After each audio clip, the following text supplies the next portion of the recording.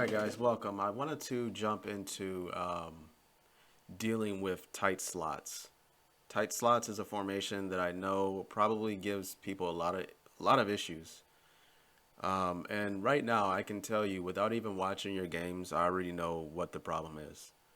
The good news is, in my estimation, it's don't think it's you. It's not like you're the problem.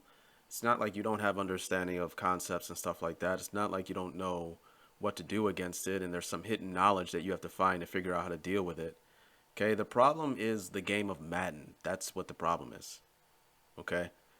Because like if you watch NFL Sundays, do you see people running this formation on Sundays all the time and it's just like unstoppable? Absolutely not, right? Because it's not that hard of a defense to an offensive formation to deal with. It's just not. It's just bad in Madden because of the way Madden is coded, right? So, for instance, I'm gonna give you a quick little example, like a little metaphor, and then I'll jump into things that you may be able to try to deal with it. Okay, but think about a game like a perfectly balanced game. Perfect, right? There's no flaws in it, nothing. A game that immediately comes to mind is rock, paper, scissors, right? Rock beats scissors, scissors beats paper, and paper beats rock, right? So, you throw one of the three, and, whatever your opponent throws, it goes from there. Now, if I were to tell you, we're going to play rock, paper, scissors, but we're going to take paper out of the game, what does that do to the rest of the game? Is the game balanced anymore? No, it's not balanced, right? Because now, since you take paper out of the game, that makes rock 1,000 times stronger, actually infinitely stronger. And it makes scissors infinitely weaker, right? Because now you can just throw rock every time and you wouldn't fear getting countered because your counter is not in the game, right? And on the other side of that, you would be like, why should I ever throw scissors? Because it's infinitely weaker now. What I counter isn't even in this game, and my counter is what's going to be thrown every single time. It's just a simple metaphor of how you can mess up an entire game because you don't have a concept in the game, right? So here, what you see on screen, we went over this. I think maybe a month ago, I did this video where I show you the different shell coverages that I play against different offensive formations, right? And here down in tight slots, you see what I do against tight slots. And I don't want you to think that these are the optimal coverages to deal with tight slots. Cover 3 is horrible against tight slots. Cover 2 zone is something that I don't advise you run in real life against tight slots. Why is that? That's because both of these coverages can just get high load all over the place. You can get overloaded in zones all over the place, right? So you may think, well, why is that here? Well, that's because the best coverage against tight slots doesn't work in the game, and that's cover 4. Cover 4 is probably your best coverage to run against tight slots because it matches into man and it stops you from getting out leveraged against different routes. It's probably theoretically the best coverage to play against tight slots. But I noticed in this game that it's not coded right. It's coded horribly, so that's why I just don't run it. I remember, and it's kind of funny, I find out that it's not coded right in a pivotal part in my game. I think I showed it in one of the videos earlier. It was like second quarter, 10 seconds left. This guy comes out in tight slots, 80 yards away from the end zone. I go cover 4. I'm like, okay, we're good to go. He snaps the ball, and my strong side safety didn't match the right route. He matched like the running back coming out of the flat, and it just left. It was just a busted coverage. The guy was just wide open down the field, right? And that's when it hit me. It's like, wow, they don't even have cover 4 coded right when it comes to dealing with tight slots. You can't play it, right? These guys are horrible, guys. So let's go on and get on with it to what we can do. Theoretically, we have to play the suboptimal coverages to deal with it. But let's see what we can do. I don't like 2-man because you can get rubbed and picked off. Cover 0 is another story. And cover 1 is the same thing. You get rubbed and picked off in man-to-man coverage, right?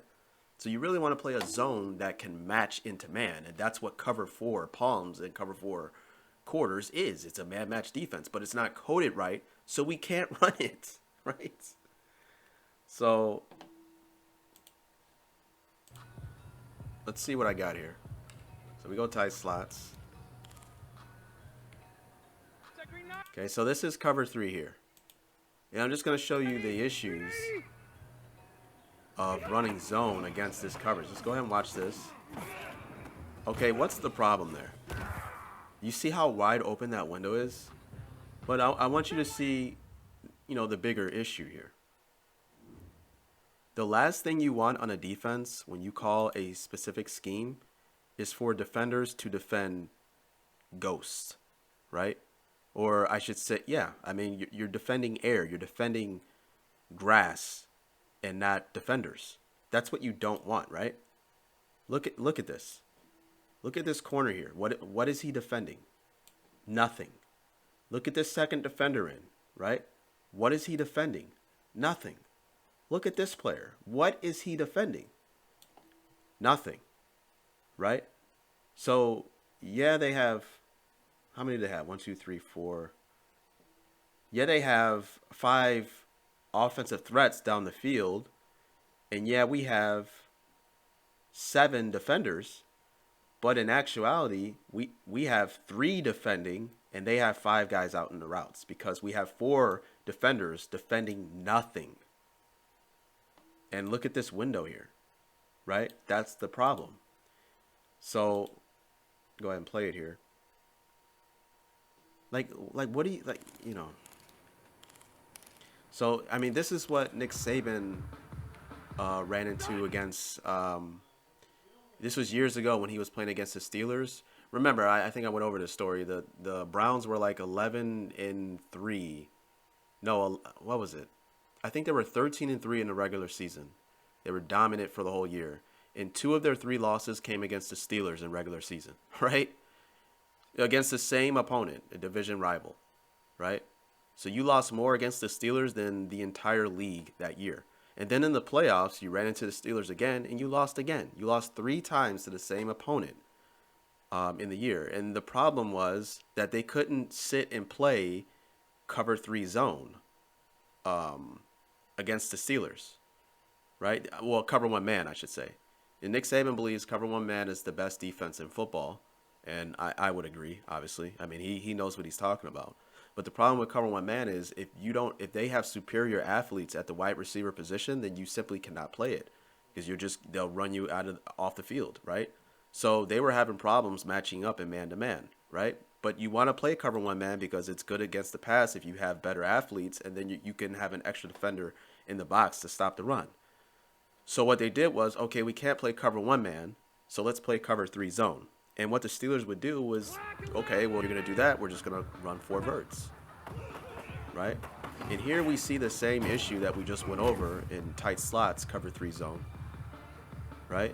Where you have defenders defending grass and not, the opposition, right? So here, we'll show it really quickly. The computer threw it to the wrong guy. But right here, you see how this guy runs up the seam. He's running up the seam. So you put a 2-on-1 on this safety here. This guy does a better job climbing up the field to take out this window. But you see this window here? You can just rip it right in there, right? And as you see, the second defender in, what is he defending? He's defending nothing, right? Because he's thinking, I just have, curl flat, and that's my zone. So when this guy passes my area, I just let him go to, whoever's got to deal with him.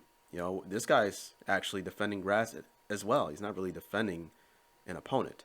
So what Nick Saban did was he was like, okay, we got to figure out a way to where we can play cover 3 zone, but it's something that will morph into playing cover 1 man, the best defense in football, right? And that's when he came up with cover 3 match. That's where you have a zone. It's an adaptable. It's like an organism. It's something that, depending on what the offense does, it will match the routes. So in this instance, yeah, we have cover 3 called, but this guy would be matching this route. He would be on this guy playing man-to-man, and he would be playing man-to-man with him based upon the route distribution. So now you don't have this issue where this guy is just sitting here defending grass and doing nothing, right? And this guy, he would be, in this instance, he would be playing man-to-man on this route. This guy would actually be playing zone, and he would be defending this guy man-to-man. I didn't even notice this until now. You see, look at all these guys defending grass here, right? That's the problem. Okay. So, what we got to do, I mean, we're forced to play cover three zone and cover two zone against tight slots. So, what we got to do is obviously we can't remember this guy ends up playing grass. He played grass on the play I showed. He played grass. This guy played like, an idiot, right? So we got to take one of these defenders and play them better, right? So what you can do is you can play this outside corner. This will help your defense immensely. Yeah, we're forced to play cover three zone, but maybe you should stop playing and using these hook curl defenders. Maybe you should play the corner and the outside. That's what I typically do, right? And what we do is we're not going to defend grass. We have two opponents here that we're reading, okay? If one climbs upfield and goes, on a deep route, then we just take that route, right? Because we can't allow him to attack that area, and we just let him go because we know that we are the outer shell of the coverage as the corner, okay? But if he goes inside, then we get our eyes on this guy because, now we don't have him threatening upfield, and we see what he does. If he climbs inside as well, then what you do as a corner is, well, now we're not an idiot. We're not going to just climb upfield and sit there and defend grass. Okay? We're actually going to have a brain in our head, unlike the game, and we're going to run with that route. And we will make the window narrow instead of wide open, right? And what I do is in instances like that, say this guy's going inside and this guy climbs inside and I'm the outer third corner here, I will run with that route. And then when a route is coming across the field and I can see it's about to cross, I immediately stop and run with it, right? And then we're able to just pick off any ball that he throws on that route. I'm telling you, opponents are not used to opponents using the corner.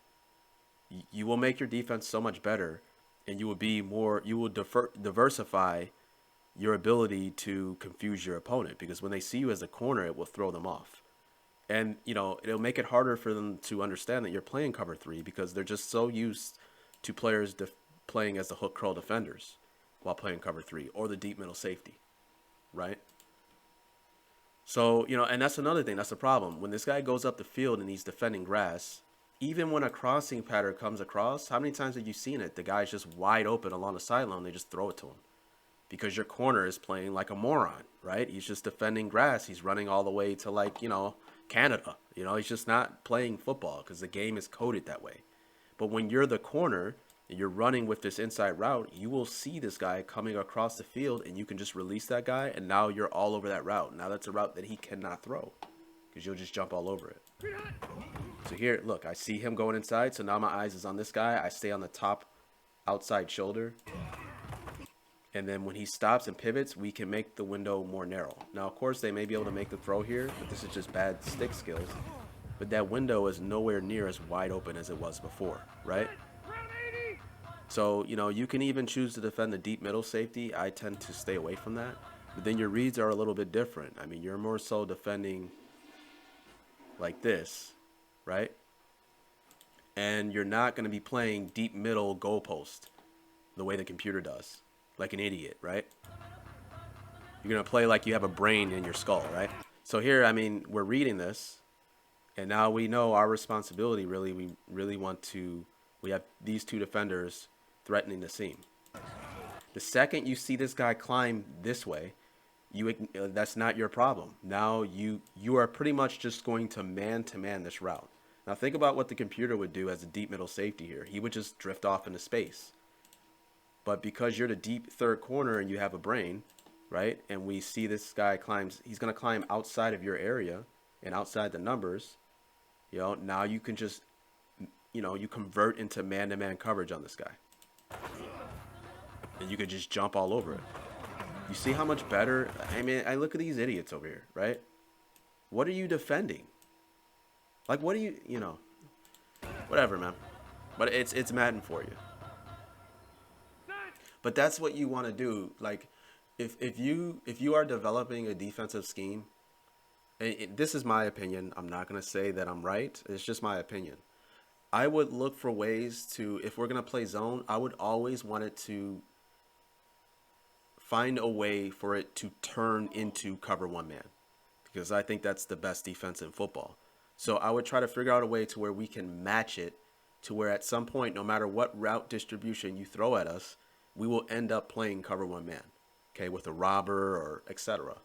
And you could just go from there. So here I picked the corner on this side, and as we see how he climbs up field and he's about to go to the corner, so we have to take that route. Once someone declares that they're going to attack the outside of the field when you're the outside corner, I mean, you really can't cheat away from that and play something else because it'll just be a wide open touchdown if the opponent throws it. You have to just accept that. It just kind of is what it is because we're forced to play this suboptimal coverage. You're kind of forced to just accept when we're on the wrong side and they're threatening with the deep corner route and we have to take that. You just have to understand that, these other players over here are just going to play like morons. And, you kind of just got to accept your fate. He's probably going to throw to something inside because it'll be wide open, but that's just something we have to accept on that play, and we just live to play another down. So I wanted to show, the many different things you can do with a concept like that. Like, remember, you have straight up man-to-man defense like this. You see how we called two-man? Then you have straight up zone defense, like cover 3 sky, cover 3 cloud, that sort of thing. Those are defenses that are strictly zone coverages, right? And then we talked about coverages that are zone, but then they can morph into playing some form of man coverage. And that's where you get cover 3 match, cover 4 quarters, and cover 4 palms, that sort of thing, right? Even cover 2 trap coverages where it has a blitz incorporated with it, that's a zone that will turn and match into playing man-to-man defense, right? Okay, well, what about having a man-to-man defense that will match certain routes as well, right? So think about it this way. What if we had something like this where we call two-man, but then we have like a code word attached to it? I believe Nick Saban does this. I think this is what he would call his cover 7 coverage, right? He calls like cover 7, and then they attach a code word to the defense, and that code word will tell specific defenders in the scheme on what they are supposed to do based upon what the offense does, right? So maybe we call, cover 7, ice cream. It can be anything. And maybe that tells these defenders here, yeah, we're playing two-man, but I want you to play hard inside leverage. And, if this guy runs an inside route, then you just play man-to-man on that route. But the beauty of your leverage pre-snap is that you're already inside, so you're able to defend inside routes better than you would if you were playing further inside, right? So as opposed to you being here. But, what's the problem with this leverage? Well, if this guy runs like an out route, you're out leverage, right? And it's wide open. Well, maybe that's what the code word of the defense does. It's where, if he goes inside, you take that route. But if he goes outside, then this guy will take the route and man up that route, right? And in that instance, your deep half safety is reading the number 2 as well. And when he sees the number 2 running out, he knows he has to match and play man-to-man on this route, right? So this guy runs like a post, and now he's man-to-man with the safety. And the second defender in, originally, you would take a route going inside on a slant or a drag, but when this guy runs an out, you just buzz, and now you're playing like hook curl, looking to rob or something coming from the number 1. So, in a route distribution like this, yeah, we called man-to-man, but it ends up turning into this, right? And think about this. It's like this can be very confusing to the quarterback. Like, if this guy's inside and it looks like you're playing man-to-man, and it looks like you're man-to-man with this route, and this guy runs an out route, quarterback's going to see, hey, this guy's way inside. That out route should be wide open, and he may throw that out right into the hands of this cornerback who's going to match that route and man it because you're running the out. And he has outside leverage on that route, right? Think about all the advantages, a defense like this does. You can out leverage routes that are running into you. You can confuse the quarterback, etc. And then it could actually be a two-man defense if this guy were to run something inside. Then everybody's playing two-man. Okay. So here's another instance. I draw it up like this. What if this guy, runs out? I mean, maybe you have a different code word.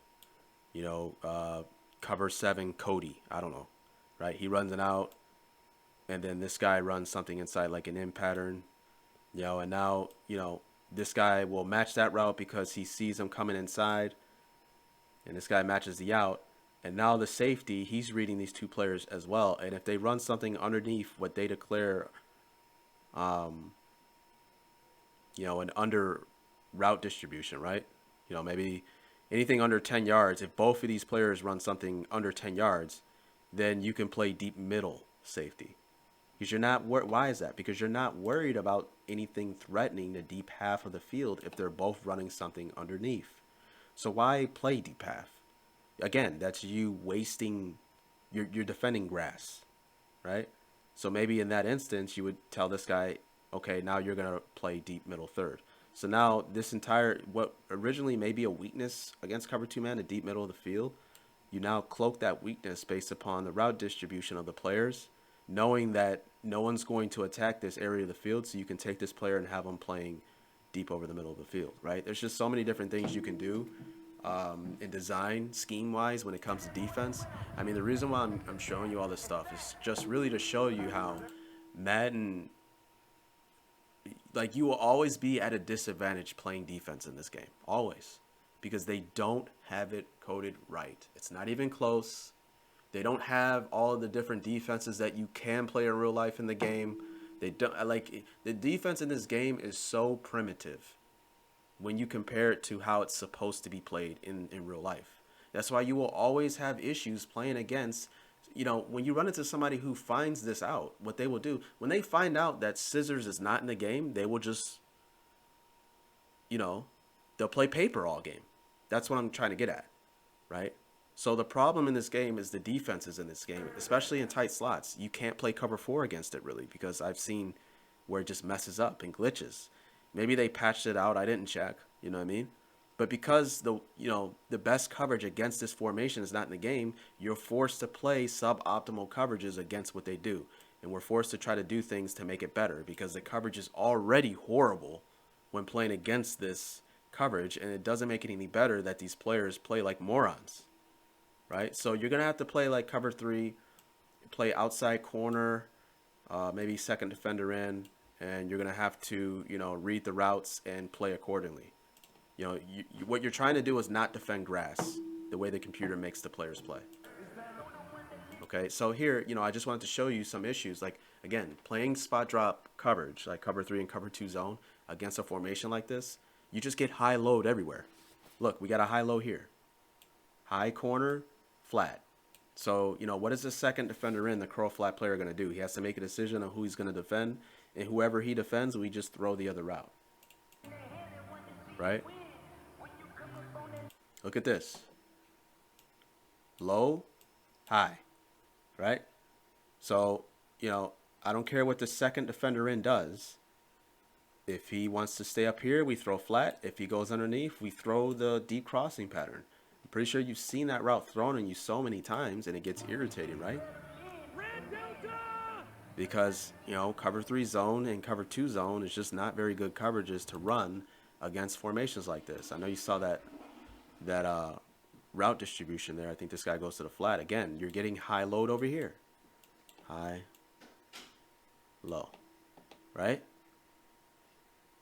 So, this is the problem with cover 3 and cover 2 zone against this formation. Look at this. High, low. You're getting high load on both sides of the field. So what people do is they pick these routes, like the one we just saw, where you have a crossing pattern. So when you play man-to-man, you have problems against the crossing pattern. But when you play zone, you have problems with the high-low read on this side of the field. So again, why don't we go back here? Something like this. If you were the corner over here, what you can do is you be running with this guy up the field, and when you see him go to the deep middle and the crossing pattern coming into your field of view, you would let him go and then run with the crossing pattern. So now the crossing pattern isn't that open, and hopefully your curl flat player will actually defend the flat pattern. Now it doesn't matter that you're high load because You know, your curl flat takes the low and you take the high as the deep third corner. Like, you see how you can just pick the right player to use her, and it just makes the play 1,000 times better, right? Why don't I do that on the route before? Like this, right? So say you're the corner and you're responsible for deep third, right? But you're not going to play like an idiot, like the computer does. You're going to ride this guy upfield, and when you see him take the corner route, you're just going to defend it hard. You're not going to drift off into space up here. So now the corner route's gone, and hopefully your curl flat player will defend the flat, right? You know, maybe you can make him defend hard flat, whatever you want to do. But you're not getting high load anymore. You know, eventually this in route will make it over there, but that's a long developing route, and hopefully your front four can get to the quarterback. And here, there's another issue, right? So the issue is cover four doesn't work right. Another issue is the front four pass rush in this game is beyond horrific. Guys can sit in the pocket and wait for routes to develop, and if you're only rushing four, they almost get there almost every single time. So those are your solutions. One, you have to the corner. You have to play cover three or cover two zone from what I've seen. You can't play the optimal coverage in cover four because it's not coded right. When you play cover three or cover two zone, you have to think outside the box and play, the corners on the outside. Someone other than the vertical hook players and hook curl defenders, because you have to make them play better than how they play as the computer, right? And then number three, you have to figure out a way to get a rush at the quarterback. So later on tonight, I think I'm gonna drop a video of a blitz that I found to where you can get a free rusher at the quarterback while only rushing four. Okay, once you start doing that, where you can get pressure at the quarterback, you got different blitzes that can get there. You play cover three a lot better by using the corner and maybe the deep middle safety in some cases, stuff like that. You will find that tight slots won't be as bad as defending it as it has been in the past, right? I mean, all we can do is work with the tools that they give us. But the only thing is they only give us a wrench and like a screwdriver, right? We're missing the entire toolbox that should be available to us, like the real NFL defenses in the league. And you see why they don't have problems against tight slots and stuff like that. Okay, what we do, because we're only given a wrench and a screwdriver. You kind of got to work with what you got. So that's it. I hope I didn't go too long on this. And I hope this kind of helped out in dealing with tight slots.